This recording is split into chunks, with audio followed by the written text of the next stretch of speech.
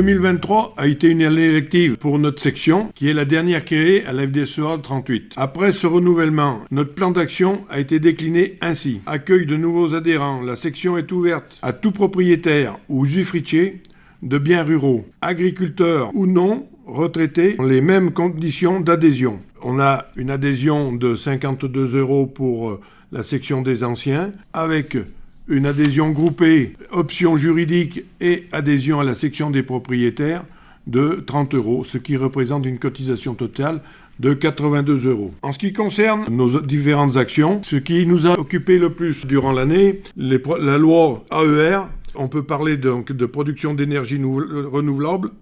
Le travail en CDPENAF a permis de répondre aux besoins d'énergie sans perdre de vue le maintien de la production agricole, le maintien et le renouvellement des installations. Une autre occupation qui était importante, c'est la préparation des désignations des assesseurs dans les tribunaux paritaires des baux ruraux et les désignations de la section des bailleurs à la commission consultative paritaire et départementale des baux ruraux. Durant 2023, en juillet, on a assisté au relèvement de la valeur des fermages, de plus 0,63%. Cela peut paraître élevé. Il en est de même par rapport à la revalorisation des bases cadastrales, ce qui se situe à moins 147% par rapport à l'augmentation de l'indice du fermage. À la réunion en septembre de la commission paritaire des baux ruraux, pour tenir compte de l'économie nucicole, il a été décidé de modifier le calcul de la valeur du point pour cette production. Afin de traduire au mieux la réalité du marché, les bailleurs ont accepté une modification par une diminution significative de la valeur pour l'année 2023, assortie de l'abandon de la moyenne quinquennale qui prévalait jusqu'à présent. Il est prévu qu'annuellement, un calcul au plus juste en lien avec le marché sera fait par proposition de chacune des parties.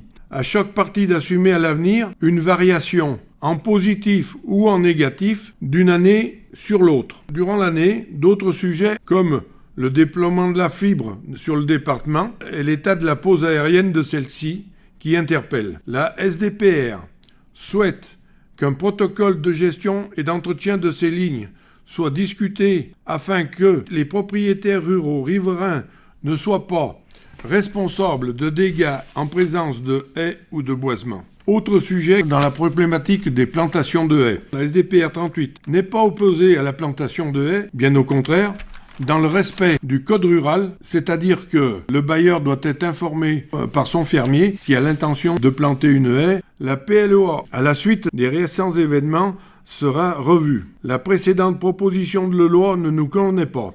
Nous ne sommes pas opposés, bien au contraire, pour l'installation et la transmission en agriculture. Pouvons-nous encore longtemps ignorer un acteur incontournable que sont les propriétaires? Nous souhaitons être mieux associés à ces démarches. La réussite de l'installation-transmission passe d'abord par aussi l'information des propriétaires. J'insiste bien, en premier lieu, qu'on soit informé des démarches qui sont entreprises afin d'obtenir l'adhésion.